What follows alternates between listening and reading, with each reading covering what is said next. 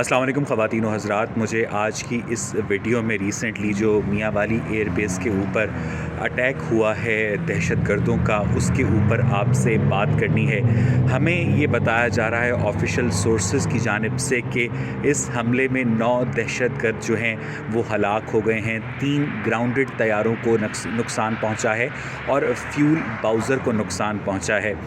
इससे पहले कि मैं स्पेसिफ़िकली इस हमले के ऊपर आपसे बात करूं, मुझे पाकिस्तान के मीडिया में 15 साल गुजारने का मौका मिला, 2008 से लेकर 2023 तक, और उससे पहले भी मैं न्यूज़ को फॉलो करता रहता था।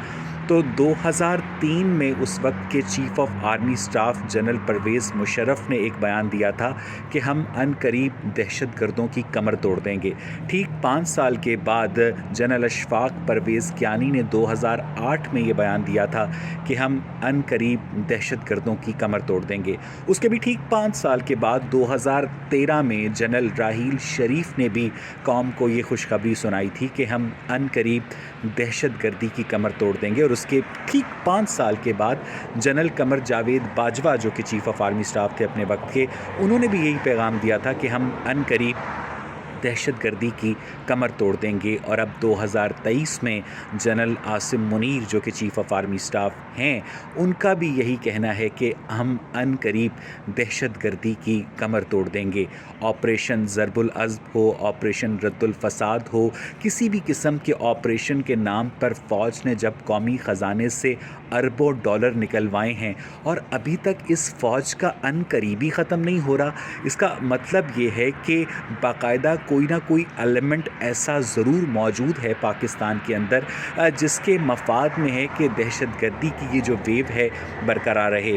जो लोअर रैंक्स के जवान होते हैं, मैं उनकी शहादत के ऊपर दिली अफसोस का इजहार करता हूँ, लेकिन मैं जो बड़ी गेम है उसके ऊपर इस वीडियो में पॉइंट आउट करना चाहता हूँ कि आखिर क्या वजह है कि पाकिस्तान के अंदर हमें ये भी बताया जाता है कि हमारी जो ISI है वो दुनिया की नंबर 1 स्पाई एजेंसी है। तो इवन दहशतगर्दों का उस एयर बेस तक पहुंचना और उनका एक मकसद होता है कि हमने ज़िंदा फ़ौज के हाथ नहीं आना, वो उस मकसद में भी कामयाब होते हैं। हमने ज़्यादा से ज़्यादा इनको नुकसान पहुंचाना है, वो इस मकसद में भी कामयाब होते हैं। और आप ये देखिएगा कि इतनी तमाम तर ट्रेनिंग के बावजूद भी हमारी जो फ़ौज है वो ब्लैक मार्केट से आज तक बेहोशी की गैस नहीं ख़रीद सकी कि उस इलाके को गैस करके आप किसी भी दहशतगर्द को ज़िंदा पकड़ लें और उसको कौम के सामने पेश करें और बताएं कि इसके दहशतगर्दी के जो नज़रियाती डांडे हैं वो कहां पर जाकर मिलते हैं।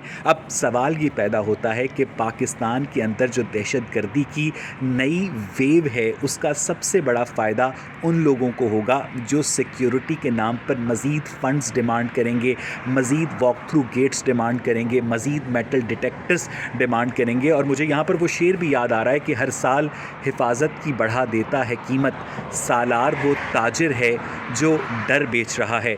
आप सबको याद होगा कि 22 मई 2011 को कराची की शारा फैसल के ऊपर जो पाकिस्तान नेवी की जो मेहरान बेस थी उसके ऊपर भी इन लोगों ने अटैक किया था। उसके बाद 8 जून 2014 को कराची एयरपोर्ट के ऊपर अटैक हुआ था। फिर दिसंबर 2014 में APS पेशावर हुआ था। और अभी रिसेंटली ये वाक़या इस बात को साबित करता है कि अगर ये सो कॉल्ड दहशतगर्द और इन्हें पाकिस्तान की इस्टेब्लिशमेंट के इंटरनल एलिमेंट्स की अगर किसी किस्म की सपोर्ट भी हासिल नहीं है तो मैं उस ऑर्थोपेडिक सर्जन को ज़रूर दाद देता हूँ जिससे ये दहशतगर्द अपनी रीढ़ की हड्डी जुड़वाते हैं, क्योंकि हमें तो यही बताया जाता है कि हमने दहशतगर्दी की कमर तोड़ दी है। भाई अगर आपने दहशतगर्दी की कमर तोड़ दी है तो इन दहशतगर्दों का जो ऑपरेशन है वो एग्जीक्यूट होने से पहले आपको इन्हें गिरफ्तार करना चाहिए। पाकिस्तान पीपल्स पार्टी के वज़ीर दाखिला हुआ करते थे रहमान मलिक, एक मरतबा प्रेस कॉन्फ्रेंस कर रहे थे तो भोलपन में उनके मुंह से निकल गया कि दहशतगर्द बहुत ट्रेंड थे। तो एक सहाफ़ी ने उनको चोट की कि फिर आप कब अपनी फोर्सेस को उनके पास भेज रहे हैं ट्रेनिंग के लिए। उसी रहमान मलिक साहब ने एक तरीका डिवाइस किया। पहले ये लोग माना करते थे हाँ जी इंटेलिजेंस फेलियर है, हाँ जी सिक्योरिटी लैब्स है, हाँ जी हम अपने इंतज़ामात को बेहतर करेंगे। अब इन्होंने नॉमनक्लेचर ही तब्दील कर दिया। उन्होंने ये कहना शुरू कर दिया कि हमें अपनी बहादुर अफवाज पर फ़ख्र है। इन दहशत गर्दों का इरादा 100 बंदे मारने का था, इनकी वजह से सिर्फ 10 बंदे मरे हैं। बहुत बहुत शुक्रिया आपका।